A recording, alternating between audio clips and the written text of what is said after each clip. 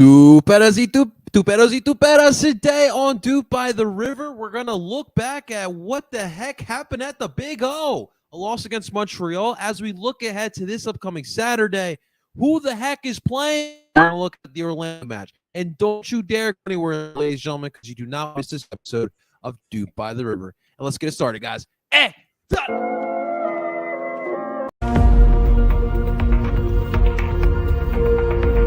Dupe by the River doesn't do anything well. There is not one. I'm sorry. There was no creativity. As a Union fan, I take that all day. Another DP. We need to go get Mario Balotelli. And that is right. Welcome, everyone, to Dupe by the River, the show where we follow everything Philadelphia Union. And, of course, we are brought to you by Philly Sports Network. Before we dive into today's episode, welcome on in, whether you're watching live from El Parcelo Philly's YouTube channel or Dupe by the River Twitter account. Thank you so much for tuning on in. Make sure you follow on Twitter. Make sure you guys hit that like button, subscribe on El Parcelo Philly's YouTube channel. All the live viewings are on this channel. And, of course, if you want to listen to us, you can find us wherever you stream podcasts under Dupe by the River Podcast. And, of course, ladies and gentlemen, let me introduce you my expert in duping. Please welcome Justin Shitstorm Goalie Friedberg. Justin, my man, how you feeling, brother? Welcome back in. I'm feeling good. You know, it's been a week. Interesting coming into the international break. Not as much soccer, but hey, listen, the best cup competition in the world is those who were able to make out. Westchester United played Ocean City Nor'easters over at YSC Sports. Ocean City came out on top 3-1. I watched the game. That was a hell of a game. All the first round games. All these. Some wild names. Like Bavarian United versus Capo FC, and I saw that. And that's what I love about this competition. Like, this is the point where all like the amateur clubs and the NPSL sides enter, and the dopest names. Oh yeah, it's awesome. And I've been flipping forward. I currently have the Flyers game on, but I will switch right back to the Open Cup game I had. Any sexy kids for Justin? Anything catch your eyes? As much as I would, some of these jerseys for like Jacksonville Armada or Miami Fusion, they were nice, but these lower sides, I highly doubt they are making more jerseys than they than the players have. But listen, the Lamar Hunt U.S. Open Cup is back. Champions League is kicked off. Screw March Madness, man. Give me Open League. Cup. Listen. The competitions are kicking out, and what a time to be alive. Especially as a soccer fan, man, you really can't complain. Justin, I think we do need to give a shout out to our friends over in St. Louis.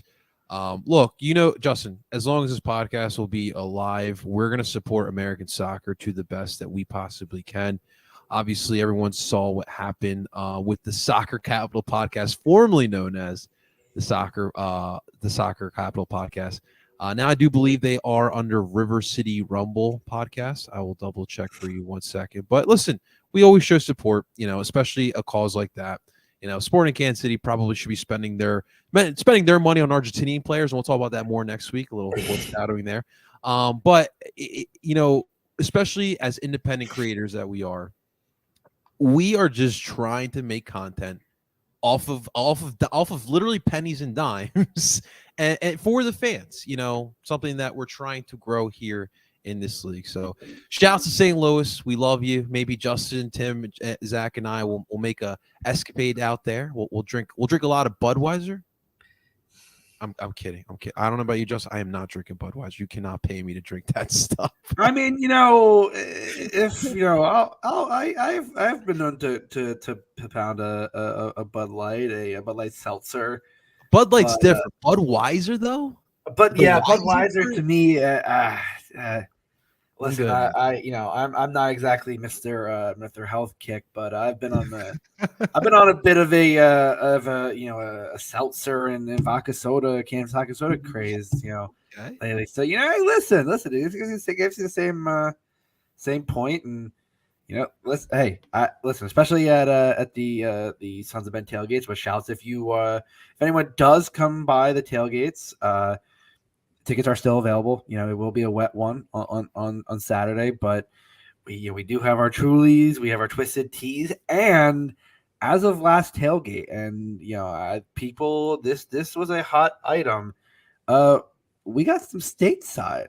Hey. So if you are a big fan and supporting local stateside distilling, we have a few bit of their products at the Sons of Ben tailgate. So grab a tailgate ticket if you're coming to the Orlando match this upcoming weekend. Real quick, because I don't want to go too far off. Have you had the lemon mint cucumber stateside? I have not.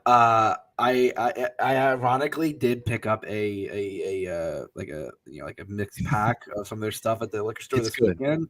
Their black cherry is pretty solid. On their Surfside stuff, the lemonade vodka one, that one is pretty low-key solid. But no, I'm interested. That was a pretty popular item at the tailgate. But okay, so I need your expert opinion on it, because I seem to be the only one that cares for it. Nat hates it. So when we go out, is it the mint or the cucumber? So her opinion is that it just doesn't taste real, which these seltzers don't taste too real. The cucumber, maybe. The mint. I mean, mint's a pretty natural. I don't know. I think cucumber and mint and like cucumber sour, those kind of combos work well together. So, I do have it in my fridge. I have not opened. You let me know. You let me know what you think, Justin. So we need your expert opinion. It's pretty. I mean, stateside solid stuff. So and again, supporting local is always very nice. Soccer and seltzer, that's what we do. Paul Kushner is probably about to bounce out of here somewhere. So I was gonna say, yeah, someone's gonna tag Paul, and we're gonna get a cease and desist. We actually did Twitter talk thread. about that. I recently talked to Paul, and I said, dude, I think it's time you revisit that list, because there's some new ones. They're pretty good. I don't know, man. You might need to revisit that, but that was definitely Twitter Hall of Fame worthy Twitter thread that he had that time. But real quick, Justin, because I do want to get into Montreal. We obviously have to get into Orlando as well. But I think very big deal. 2 extensions this past week, brother. Glazes and Harriel here till 25 for both.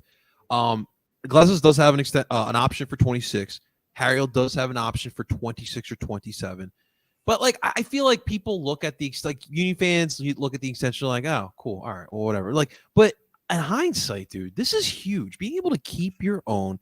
Harriel, especially as a young player, we don't know how good Harriel's going to be. He's got glimpses, but dude's not even 20 years old. So the sky's the limit. And we already see what's going on with Glazes. This is a bigger deal than what it should be, right? The extensions. Yeah, I think at this point, listen, you're probably realistically not holding on to Kai for very much longer. So, and I think guys like Jakob, Jack, and Nate can be here for a decent amount more years. I mean, who knows? Jakob might not be, because we did see rumors about Besiktas coming in late in the window, kind of probing. So I assume this is early interest, but you what you have with this back line. It's one of the best in MLS. And Nate, I mean, listen, it's no slight to him that Olivier, when Olivier's been getting starts, it's Jim has said they both that is one of the toughest spots to pick, because at least with Kai, he's gonna get the start, because he's an Iron Man, he's a warrior, he's one of the best in the league by far. Max. And with Olivier and Nate, you have 2 amazing right backs. Each have their absolute strengths. And as I've said, Olivier's is the offensive, where he's worked on the defensive, and Nate's the opposite. He's amazingly solid on the defensive end, and he's worked on the offensive side. He has delivered some nice crosses, and I think he can he can absolutely get up and down the wings. So and listen, all the homegrowns have come along nicely, and not all of them are going to leave all at once. Like that's kind of, I think people misunderstand how like the homegrown has to leave progressing. Like, Paxton Harrison, got on the field this past weekend for Eintracht Frankfurt. I know, dude. Now they were down 2-0 to Union Berlin, but he got on the field. But hey, Mario Götze. But hey, that kind of move isn't like, oh, that's the move. And again, Paxton barely played. Imagine Nate with a couple more years of seasoning with some real honing, and he might get a decent move to Belgium, to Italy, to Spain. Who knows? And I think not. And I say this, you talk about this with a lot of players, and whether it be the Union, the national team. No one path is correct for a player's development. And I think people have to look at this and go, okay, maybe Nate's is staying here for a few more years and then going out. This is something that I am excited for, and I think more people should get really excited for, because the Union are building on something potentially pretty dominant. Yeah. And this is you've reloaded a roster that you did not drop much off, and you still you're securing this kind of talent for years to come. That is big. I am curious about the next transfer window, because I do feel like if we were in a different league, teams would look at our talent differently. Because I do feel like a lot of the times when teams come up to negotiate with Kai, with Jakob, with El Brujo, they try to lowball us, and that's really what I want. I'm keeping a keen eye on, because I personally believe a guy like Glezis could definitely help like a Portuguese league, like a Turkish league, like one of those type of leagues, and he can play for one of those clubs. But I mean, we really haven't heard pricing wise as far as transfers fees for Glesnes goes, but obviously now they may go up. I know the rumor was an extension. 4 million but that's again, the nice thing about the Union is they're in a position where they can go, it's not that they're blocking the move, it's gone are the days where you can lowball an MLS club and get that kind of an offer. That's my point. The Jakob Glesnes should not be going anywhere for less than 6 million at the lowest. I think if you should, that kind of a player, you should be getting 7 to 10 at least for a pairing in literally the number one defense in the MLS last year. Absolutely. So definitely big. Obviously, we'll wait to see more extensions or just even more news with this club. Obviously, the goal was to keep this club intact, and they've done a good job at that. And you know who's next there, Justin? Or wait to see who's next. Jimmy Boy. Wait to see. I know you saw Tommy Bogue's tweet today. I know you, Justin. I don't really put too much stock into that. I'm waiting till the end of the season, because if he goes, I'm not mad. If he stays, I'm not mad. So, because he said he wouldn't go unless the perfect move, and people were like, "Oh, the national team." I'm like, I don't know if that would happen right away. The whole nation wants him, Justin. The whole nation. That's pretty cool. We'll see. I mean, that's the thing. We don't know, and I mean, there's plenty of time. I think it's early in the season, and Tommy Bogues is just reporting what he hears. Yeah, but we need cups and rings, lots of them. But let's get to it, brother, because we do need to get this out of the way. No, none of us want to talk about this, but Montreal, Saturday night showdown in the Big O, and for the Union, the way we would line up for this one, obviously, as we have discussed. And as we continue to monitor, Andre Blake did not get the start in this one. So you got your boy Joe Bendik back there. Your back line, Kai Wagner, Jack Ellie, Glezis, and Bizo. Your main four in the diamond, Flock at the left, and Brujo Martinez at the 6, Ali at the right, Gazek at the tip of the diamond with Ure and Carranza as your two forwards. this one started in the best of ways. Is you get an early handball by Iglesias. I'll get Justin's opinion about that in just a second. But that would leave Romel Kyoto at the PK spot, and he would bury that one past Bendik. And that would put Montreal up early, 3rd minute, 1-0. We move forward into the 46th minute as Michael Murray would get on the damn board, ladies and gentlemen.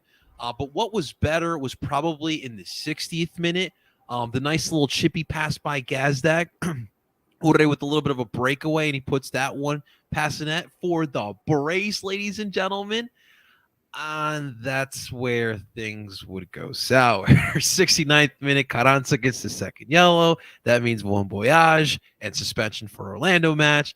And then, of course, Montreal in the span of 8 minutes and give us heartbreak as we lose with 2 goals in 8 minutes. We'll talk about that in a second. But the final score here in this one at 3-2. All right, Justin. So here's the thing. That's a bad loss. There's no sugarcoating that. It's a bad loss. Absolutely. You're playing Montreal, no expectations. A team that we talked about in the preview with Eve had 1 shot on goal in 3 matches. And so for them to put up 3 goals against, I mean, obviously one's a PK, so you're not going to put too much stock into that one. That's definitely disappointing. But Justin, it's still really early on in the season. So what do we make of this loss against Montreal? We talked about this, pre-recording, and I still come to the mindset. I don't know how much you can learn from this game.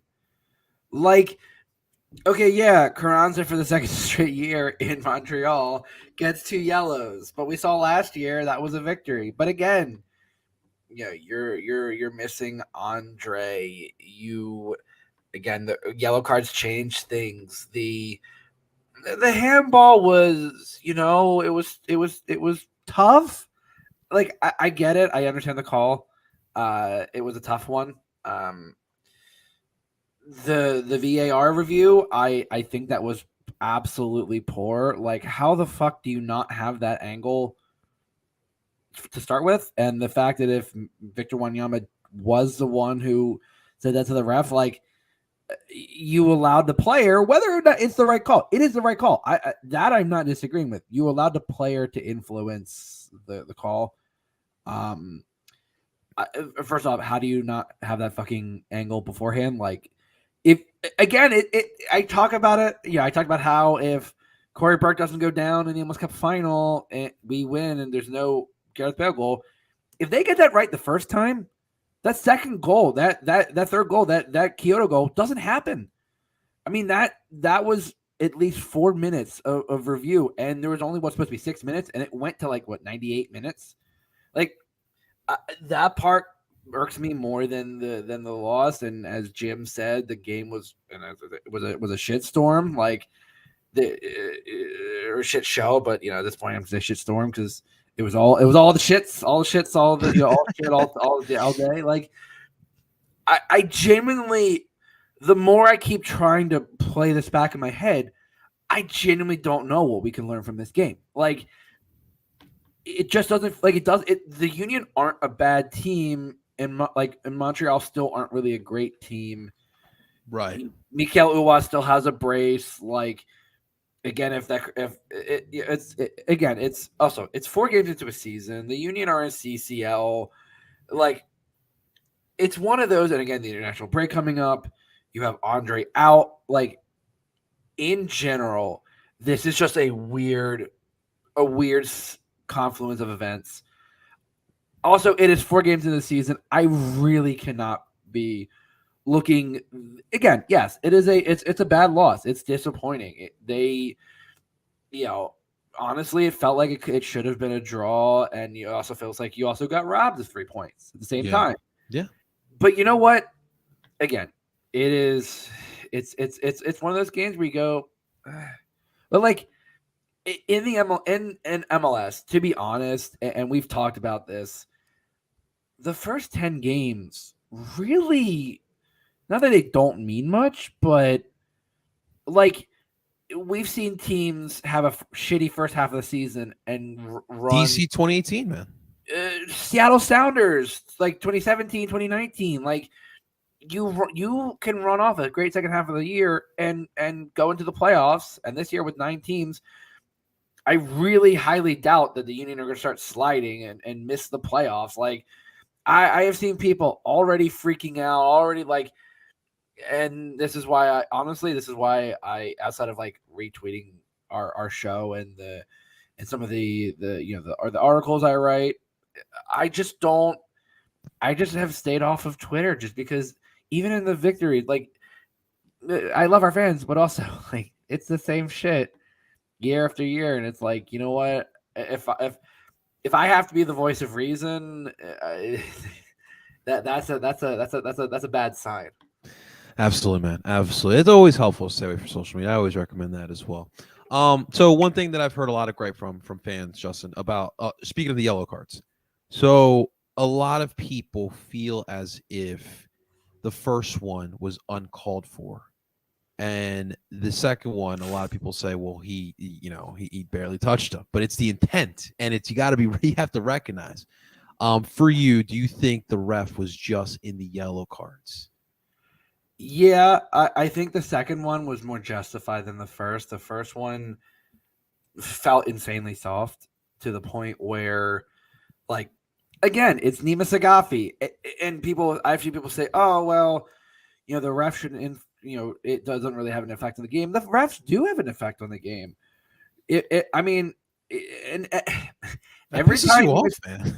But every time Nima Sagafi's name comes up in Union history, it tends to be bad. I mean, he was the ref that gave 2 red cards to Medunjanin and Bedoya in Atlanta. Like every time his name comes up, I just like, it's just like, what the fuck is going to go wrong now? And you don't want the ref to stand out. And due to a number of things, Nima Sagafi stood out way more than he should have in this game. And that's ridiculous. Absolutely, man. Absolutely. I want to look at the VAR real quick, because obviously the thing is you should not be going back to the VAR. Once the decision is made, you can't go back to it. On a bigger scale, this to me makes us look bad as a league. Because you know what happens. The minute that stuff happens, you get the Euro snobs like, this is why we don't take your league seriously because of stuff like this. Justin, this stuff can't happen, man. We're trying to grow our league here. Like this makes us look bad, man. Yeah, I absolutely agree. I think as I was listening on my walk today, I was listening to part of the episode of our boys, our friends, Matt and JD over at the EPL Boys. Give them a listen if you are in the mood for EPL talk and occasionally some MLS talk. Let's go. And they brought up this thing, and again, if the Victor Wanyama thing is true, that looks bad.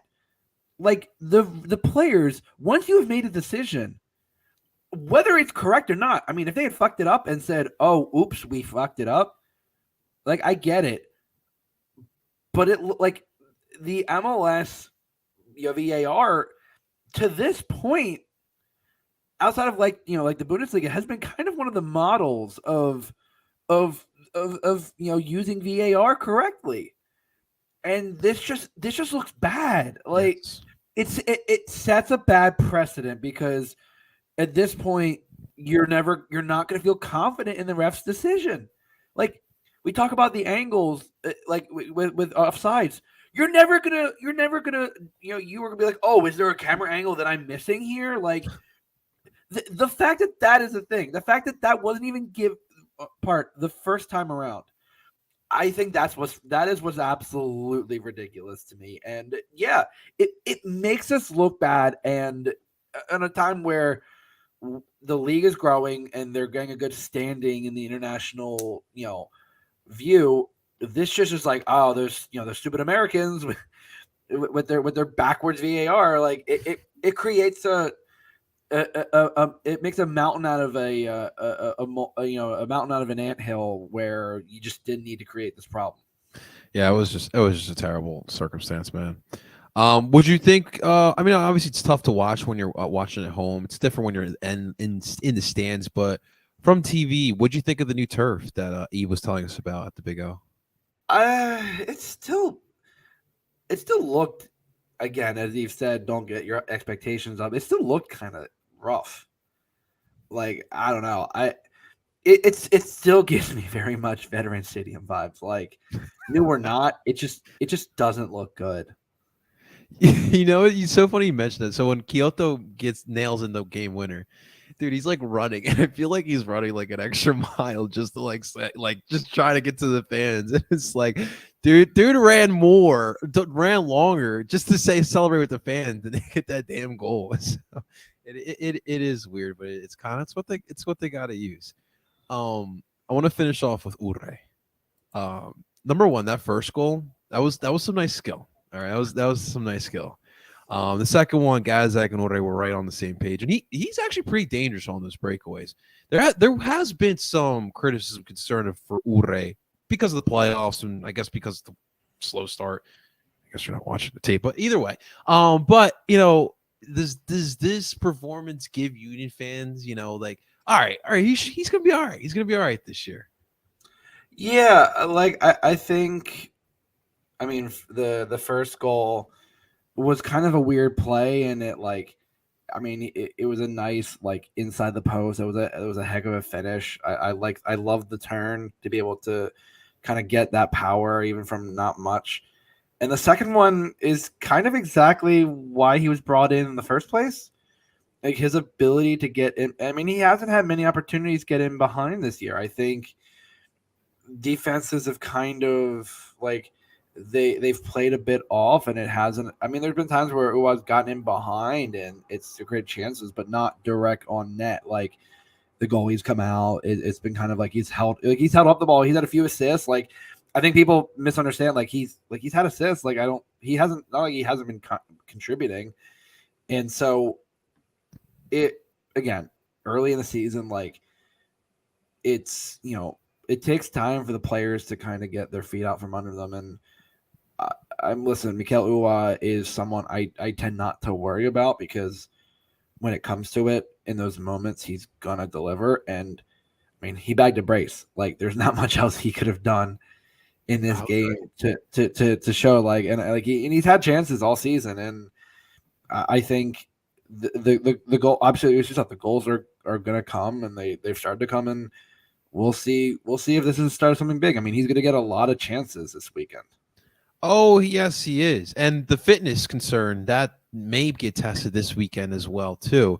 I think that's one of the things that Union fans gripe on the most with Urre. But, we talked about it during match one. I mean, if you watch the tape clearly, I mean, the dude was working his ass off on the press and off the ball in the Columbus match. And, you know, that type of stuff, there's no stats for it. But, I mean, that's very important for what the fuck you're doing on this team.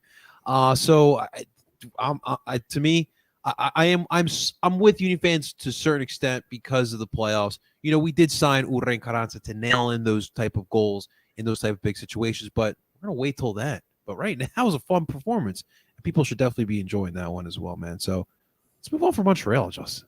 Let's forget that, man. Let's forget that's last week. You know what's gonna happen, Justin? We're gonna destroy them when they come to Philly, right? I mean, it's the only way it can happen here, man. But.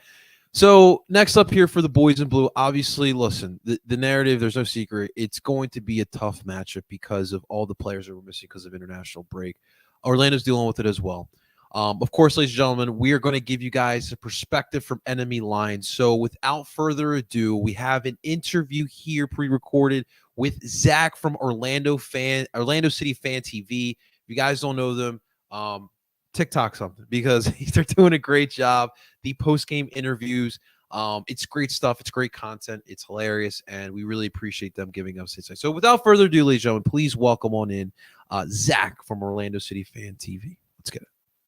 Joining us live now, Duperos y Duperas, of course, previewing this Orlando City matchup. Please welcome to the podcast, Zach from Orlando City Fan. Your team standing outside Exploria, and now he's here with us. Zach, my man, what's going on, brother? How you feeling, man? Nothing much, just sipping on a Monster and talking some football with you. We're having a good time. I love it, man. So I got these. I bought these AHA caffeinated ones. So I'm with you on that one, my man. But Yeah. dude, it's a pleasure seeing you, man. What's new with you, man? You've been still killing it with the interviews outside the Explorer. We do appreciate that here, man. But what's new with Orlando City Fan TV?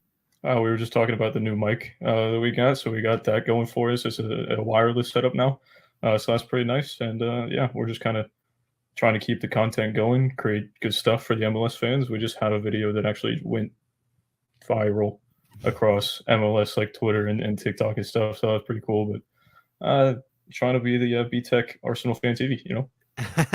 Straight from Orlando. We love it, man. Absolutely. So right now, Florida or Orlando is kind of all eyes for American soccer fans. Florian, you know, he's Balogun is, you know, what's going on, man? So kind of tell us what's been brewing down there in Orlando with what's been going on with Balogun. He posted an Instagram picture, and in the background you can kind of see the words painted outside of a bar. There's actually a 21 plus bar called Pups Pub. And it's literally meant for you to bring your dogs in, and then you can also drink. So you're invited to bring your dogs in, and you can just have a good time. Yeah, but he was pictured out there. Well, pictured, he posted on his Instagram. But, you know, he's here, and then I read that he's not going to be playing. He's not going to be playing in this camp, but he will be in attendance for one of the games later into this camp. So he's going to be a member of the USMNT then, huh? Hey, I wouldn't mind. I really wouldn't. All straight from Orlando, man. Straight from it's Pups Pub. Pups Pub. Pups Pub, man. Look at that. Look at that. So for all of us Union fans, if you ever go down there, go check out Pups Pub. You just got a free plug. There you go. Please sponsor Orlando City Fan TV Pups Pub. We would appreciate that up here, man. But let's talk a little bit about our matchup here. Obviously, you know, both of our sides meeting yet again. You know, I wanted to ask you from your opinion from down south, down in Orlando. I personally hate the fact that we have to play during international break because I mean, you know, you're used to watching the Prem or whatever. Those guys are off this week, and it kind of hurts because, like, we're going to talk about in just a little bit what is available. It's not the best. And these are two teams that obviously a lot of people expect to be meeting later on in the playoffs. So, I mean, for you, bro, like, can we just get full breaks, full just stops for one? Right. Yeah, I think most MLS fans would agree. Like almost every other league, literally every other league stops. Maybe not down south. I don't know about South American football, but all the big leagues over in Europe pause. So you don't have to have your B teams playing these important matches. Like early in the season, you could say, oh, you have time to make it up. But we've seen us drop points early in the season when we shouldn't have. So for us to have to play without some of our big stars, it's going to hurt us in the long run, I feel. Absolutely, man. And let's talk about your side. I do want to talk about the club. I know it's going to be a different look Saturday, but I do want to talk a little bit about your club. Obviously, big expectations heading into the season. I thought you guys had a very solid off season. I think you guys improved, in my honest opinion. But, you know, from Orlando fans, what is the expectation with the Lions here this year? I honestly think we had expectations set too high. We know what Oscar Pareja is. We know what kind of football he likes to play. But then we bring in these attacking options that are just fantastic. We have Ivan Angulo through the summer. We brought in Martino Hayda, and we've just played this kind of defensive football. So for us, I think on our podcast we said 1, 2, 3, and 4 are our playoff places. That's where we thought our finish was going to be. But now we're sitting in 10th with 1 win on the season, and we've just kind of been disappointed by the football that we've been playing so far. It's always tough, man, especially early on in the season. Has Oscar been? Is he really the problem here? Is that what the consensus is down there? I think that's what it's getting towards. You still see some people backing him on Twitter, being like, "Yeah, look, we had the CCL games. We played 5 games in 15 days. Just give the guys time to gel." But then you look at the way that we've played over the past basically 6 games the whole season, and it's way too defensive. We just lost to Charlotte 2-1. You know, Charlotte was 0-3 coming into that game. We just gave them their first win in our stadium because we didn't go after the game until after they scored. So it takes us going down 1-0 to go into our attacking mode and then kind of unlock our full potential. So you think that if Orlando later, maybe like before the midway point, decides to part ways and find another manager that may fit the style of what you have here in the players, do you think that that would put Orlando into Eastern Conference favorites or in that conversation? I mean, you look at our squad and you would have to kind of say we're right there in the race for that. We've kind of set ourselves back a bit, but I think if we play, Kanata is an Arsenal fan from our podcast, and he kind of compares our team to Arsenal in the way that we play. And you have some players that fit the same molds. And you see, I'm a Chelsea fan. I hate watching Arsenal play good football, but they do it very well. And if we could kind of fit that mold and get there, then I don't see why we couldn't be towards the top. Okay, all right. That's very, very valid, man. Especially with all the talent they have, you would definitely want to see per se what is going on. But right now for your side, obviously it's been a little bit of a rough start. Obviously, in the last week you lose to Charlotte, like you mentioned. You get eliminated from Champions League. The away goal, man, that stinking away goal. Yep. So kind of, what's been the form this past two matches? What happened in both of these matches, I guess? We'll sum up. The Tigres match was kind of the same thing. It's been the same story all season, basically. It's sit back and then hope for that one goal. It's Diego Simeone terrorist ball is basically what it is. So it's sit back and then try to counter maybe, but then the players you have up top haven't gelled yet, and then that's where that argument comes in, is we haven't had enough time to gel in the attack. But it's disappointing to watch, to say the least. Okay. I wanted to ask about the attack there. Last time we talked, we had a conversation about Erkankara. So now that we're in 2023, how has it changed at all? Or if it hasn't? Your thoughts on Erkankara? What did I say last time? Do you remember? I don't think it was. I think that you felt there was a lot more to be desired from Kata. He put himself in a good situation. I think when we talked, we compared a little bit like to Kasper Shabilko, where Kasper at times would put himself in good spots, but he just had problems finishing. And I think that was similar to what we talked about with Kata. Yeah, did you happen to see his goal against Tigres? I did. That's never ever gonna happen again. It's literally never. Might be the luckiest thing I've ever seen in my life. But we brought in Ramiro Enrique, and then we have a rookie this year, Duncan McGuire. He's got a goal and an assist on the season, playing in a system that we've been saying isn't very attacking. So for a rookie to be able to come in and currently have more goal contributions. Is Duncan a forward? I'm sorry. He is. Sorry. Yeah, he's a big hold up boy. He's like kind of like a B-Tech Daryl DK. Okay. I would kind of say maybe a little bit less athletic, but he's impressed me massively. His hold up play is amazing. His runs off the ball are good. Apparently, his finishing is better than Kara. So right now it's Duncan McGuire, Ramiro Enrique, and then Erjan Kara in third for me personally. Okay. So you got a couple different options as far as forward. So has Oscar Pareja stuck with the 4-3-3 like he has in the past? No, we've seen three backs a couple times this year. Yeah. Okay. There's another rookie that came in, Abdi Salim. He's a center back. He had one very good game at home, and then we played.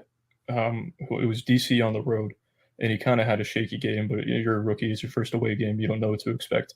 So I don't think we've seen him feature since. Maybe as a very late sub, but we've seen a lot of different tactics, defensive tactics, not attacking, defensive tactics from Oscar, and they all just haven't seemed to really pan out. The bend but don't break, huh? You loving that, Zach? No, I hate it. I absolutely hate it. That is always rough, especially like when you have those attacking pieces and you're playing that type of style. Dude, when you got attacking pieces, you got to allow them to have that freedom and allow them to play the way they want, especially if that's what you're going to go by. It is interesting that's what and I feel like didn't this happen in Dallas a little bit with Oscar Pareja?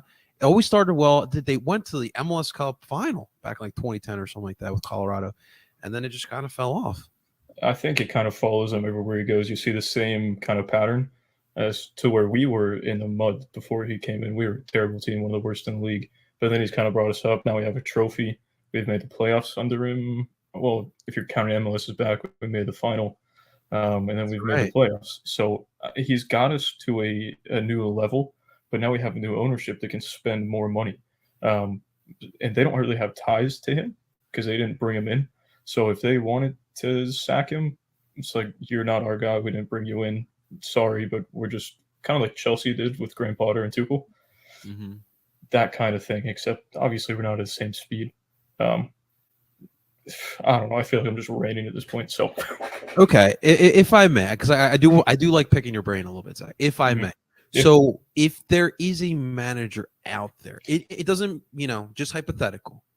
What is the style of manager you would love in Orlando? Hypothetically, I think we could fit a 4-3-3 attacking type manager if you want me to go into the formation. Okay, Even like a 4-2-3-1, and then those two midfielders, one could act as a box to box 8, and then one just be a 6 that could sit like Cesar Araujo. So I mean, we have the ability up top and defensively, I feel, to play, but a 3-back currently doesn't really fit us because we don't have the depth.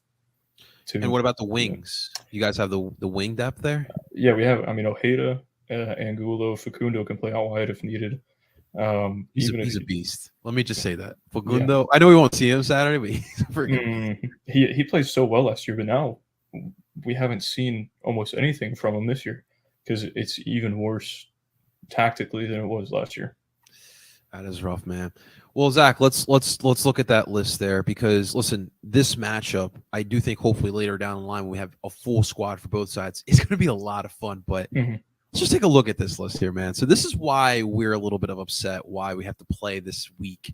So Orlando, you're missing Pedro Galese, Thomas Williams, Mikey Halliday, Alex Freeman, Wilder Cartagena, and then Fabian Loyola and Facundo Torres. Of course, for the Union, El Brujo Martinez, Jack McGlynn, Gazdak, Quinn Sullivan, Julian Carranza.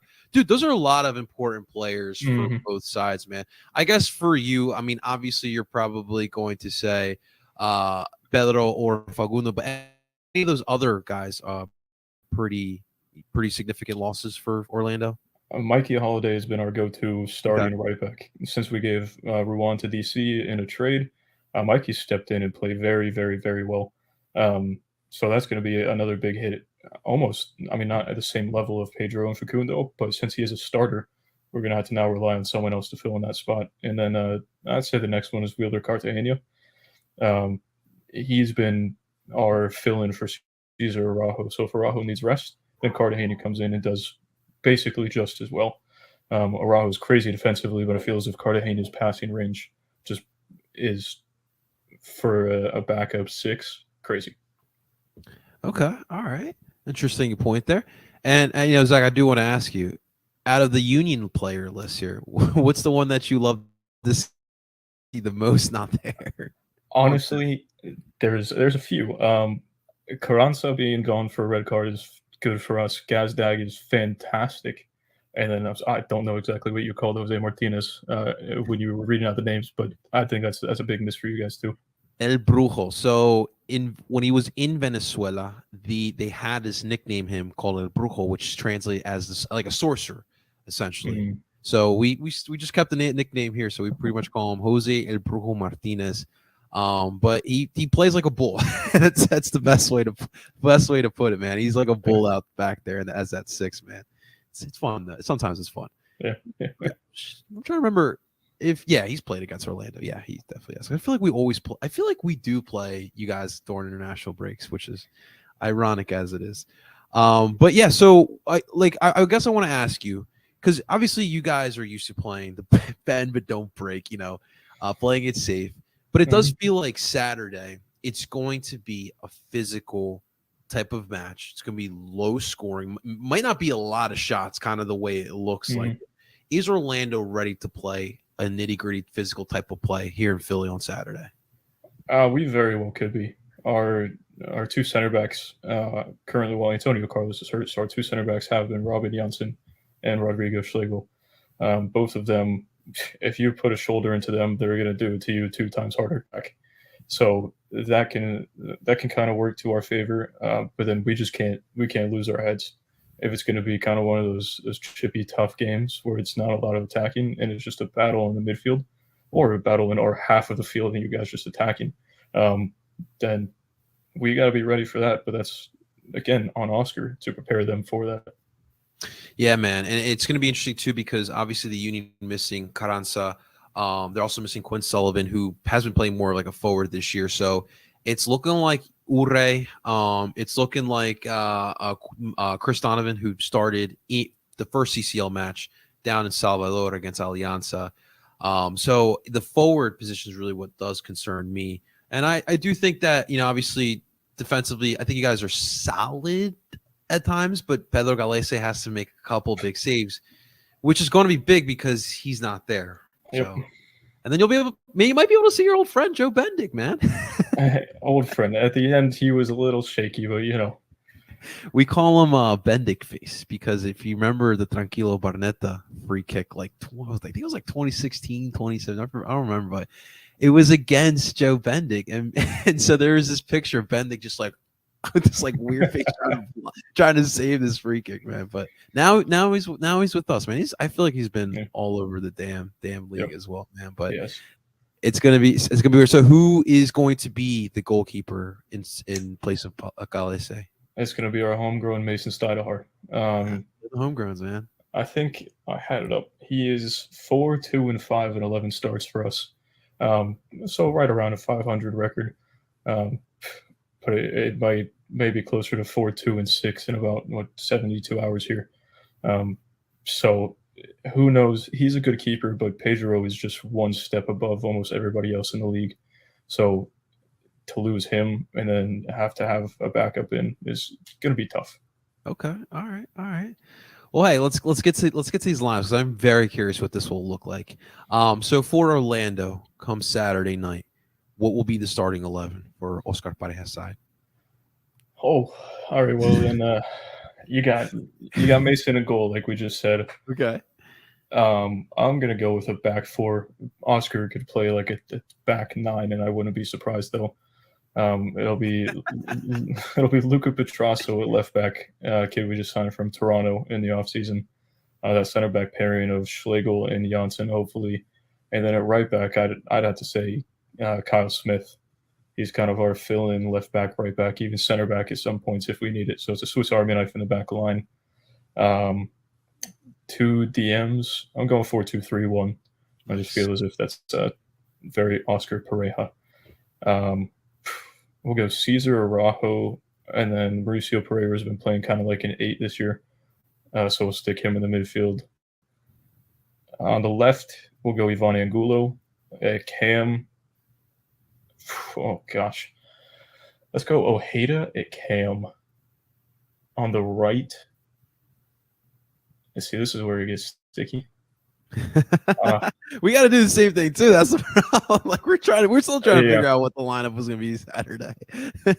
Up top will be Duncan McGuire, and then right mid can be. I don't know. I'm just blanking. Let's see. It's literally like you just flip a coin. Yeah. Well, I can't spell Orlando on my own, so let's see. Then we go to. But do you think it's going to be 4-3-3? 4-2-3-1, 4-3-3, okay. 5-5 in Oscar's mind, You know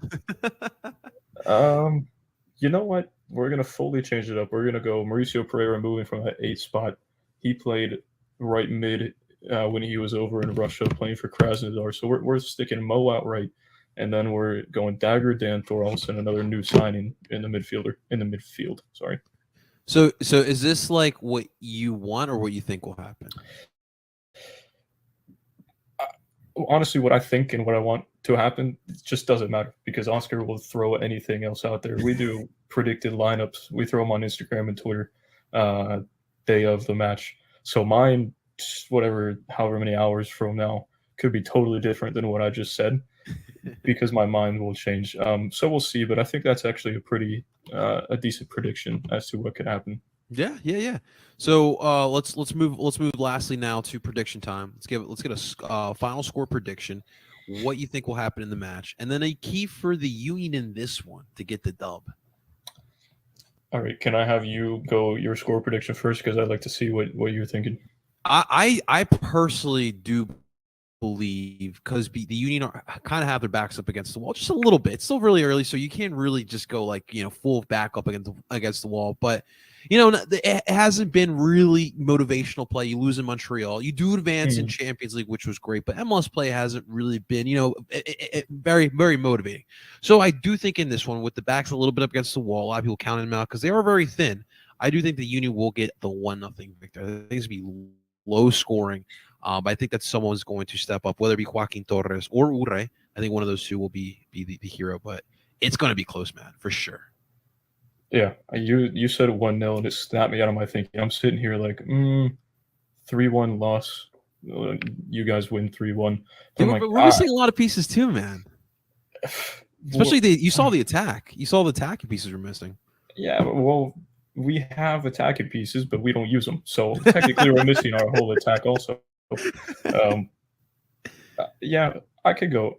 I'm going 2-0, you guys. I'll give you the 2 goals because I can't see us attacking. Okay. And do you have a key for the Union to beat Orlando? Press. I don't think we have people to. I mean, we do. We have speed up top. But if you don't let us out, then actually, I don't even know. It confuses me. I think the press could work, but then at the same time, if you just try to let us attack, we'll make a mistake and you're attacking third, and then you could counter on us. So you could either sit back and then counter, or press us, and then we just can't attack it anyway. So it's just play your football, I guess. Especially like if we do have to start Chris Donovan, I think that could be someone that you're just, yo, Chris, we're gonna put you in here for 60 minutes or even 90. Just run the heck out. Just run all damn 90 minutes or whatever out of time. But that could very well be what happens on Saturday. It should be interesting. It'll be an MLS match then. Sounds about right, man. Listen, Zach, dude, we really do appreciate what you do for our league. Obviously, with the interviews are freaking fantastic. We do appreciate you coming in here as well, man. So let the people know if they do have an issue to find out about Orlando City Fan TV. Where can people find the great work, man? We are on Instagram at OCFanTV, on TikTok at OCFanTV, Twitter at OCFanTV22, because some bum has at OCFanTV and hasn't used it since 2017. And then YouTube is Orlando City Fan TV, and Spotify and blah, blah, blah. All that's Orlando City Fan TV. Just type in Orlando City Fan TV and you'll be able to find it. Yep. Zach, man, I really do appreciate you, man. We'll talk soon. All right, brother? Enjoy Saturday. I appreciate having me on here. All right, that's going to do it. Big shout out, a big thank you to Zach from Orlando City Fan TV. All right, well, Justin, you heard it from Zach. I'm not too concerned because of the fact that they are missing a lot of pieces, and we talk about how important Andre is for the Union. Pedro is really big for Orlando. So I think that is a bigger loss, man. How concerned are you about the losses on Saturday with the players? I think for Orlando, it's a bit bigger. Like, as we said, two best players probably. Pedro Gallese, without him, Orlando doesn't walk out of Tigres with a no draw. Like, he literally stole them a draw. And Facundo Torres, I always say, is the most dangerous player on the field when he is there. And listen, I'm not that scared of that defense. Like, Robin Jansen and Radu Schlegel are big, but they're not that fast. And you will have Mikel Uwa, who will be around. I think Uwa is perfect for games like this. And Chris Donovan, just throw him out there and say, like, just press, just keep pressing, just force because you're still going to have the players that are going to be able to support. So if you send him out there and just keep hassling, I mean, that's kind of what Corey Burke did best, is you sent him out there for 30, 35 minutes and said, just Corey, just keep Just keep hassling them. Just keep getting in their faces, and I think you're gonna have more of that. And missing Gallese and Torres is going to be, I think, bigger than the Union missing Gazdag and El Brujo. I'll tell you what. Yeah, I agree. I do think that what Orlando's missing is a much bigger deal than what we have, because I still think that if you look at our back line and our midfield, it's still pretty solid, that what we're going to put out there on Saturday. For me, I think it's going to be a gritty, grind it out. I don't think there's going to be more than 2 goals in total scored in this matchup either. And obviously weather, we'll see what that looks like on Saturday. That's definitely going to be a factor as well.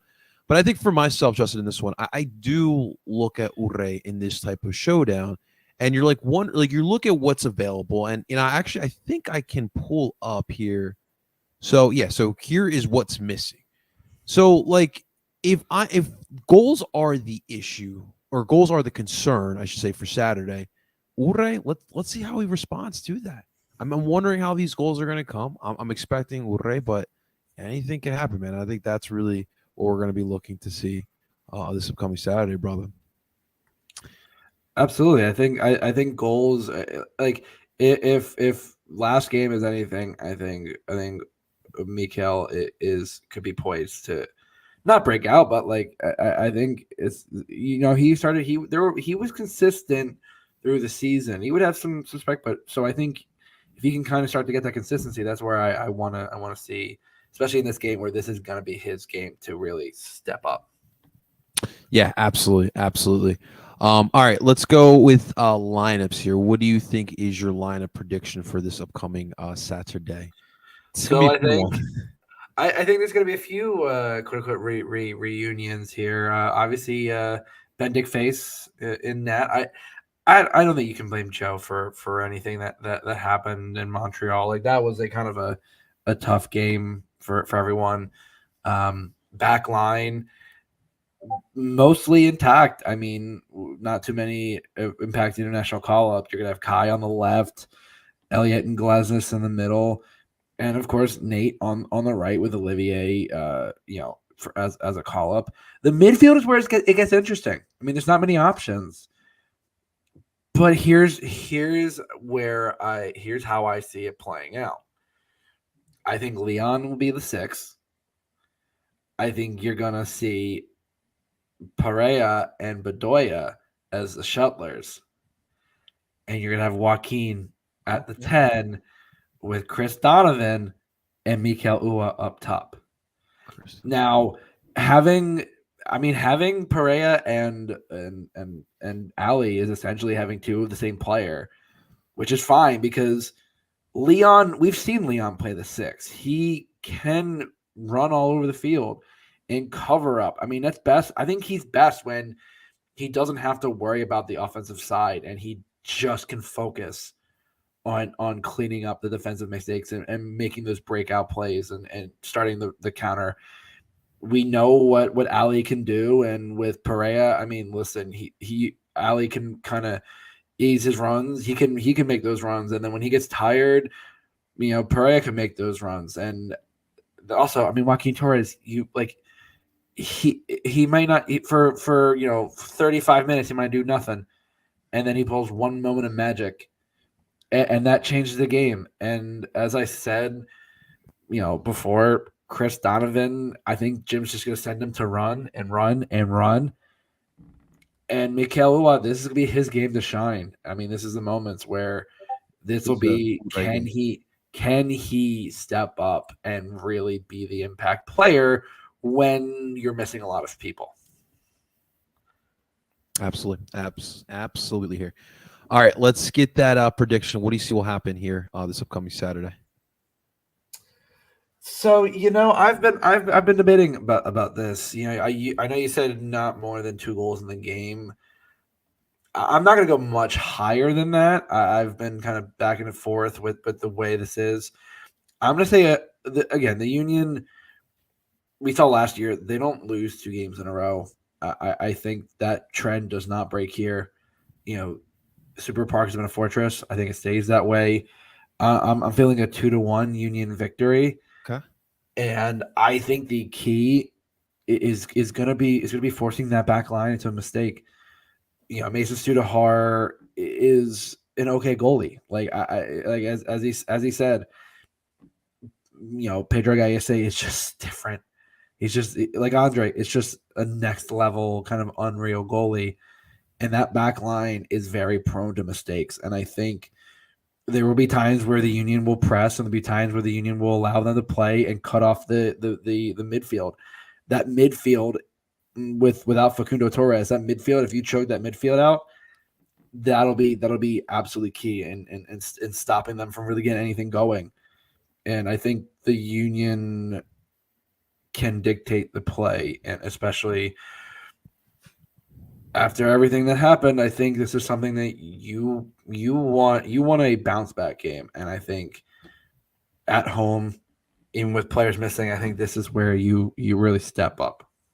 I'm really curious how the energy will be, because I feel like for myself, if I put myself in that situation as the Union players, I'd be pissed off at the way Montreal kind of played out. So I think the best way to kind of cure that, Justin, is to let it out on Saturday.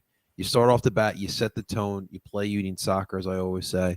And, 3 points should be given here. It's both teams are in the same situation. We're in the fortress. We're in the cathedral, right? We're at the soup.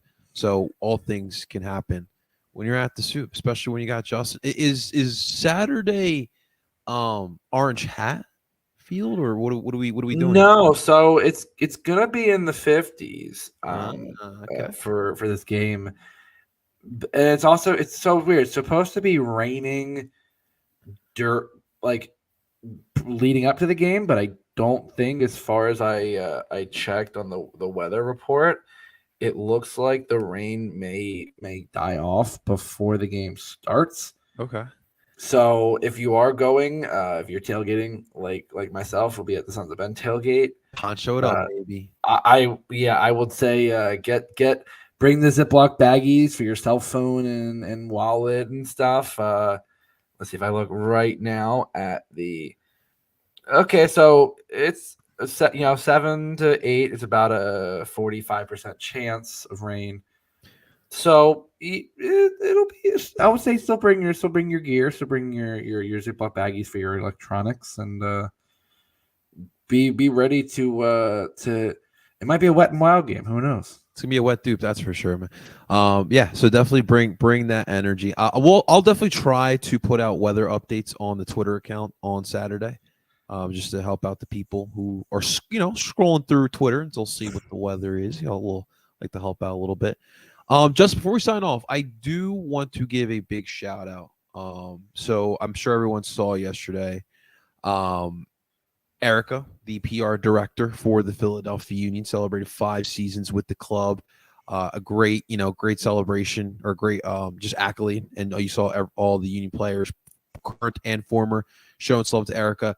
I will say, dealing with the Union as a media member has been seamless. Honestly, they have obviously their front office is fantastic, but she's really great. So I just wanted to, as a podcast, give a big shout out to Erica and a thank you, because we hope to do some more work with the Union in the near future. So shouts out to Erica for sure. You ready for Saturday, Justin? 100%. Always ready to be back at the soup. Let's get it, man. Let's get it. Guys, it's going to do it for this edition of Dupe by the River. Thank you so much for tuning on. And big thank you to Zach from Orlando City Fan TV. Make sure you guys check those guys out. Of course, make sure you guys like and subscribe for all of your Dupe by the River viewings. Find us for Stream Podcasts. We're available on Apple, Spotify. Find us under Dupe by the River Podcast. Ladies and gentlemen, that is Justin Shitstorm Goalie Friedberg. I go by the name El Parcero Philly. And we're telling you guys to do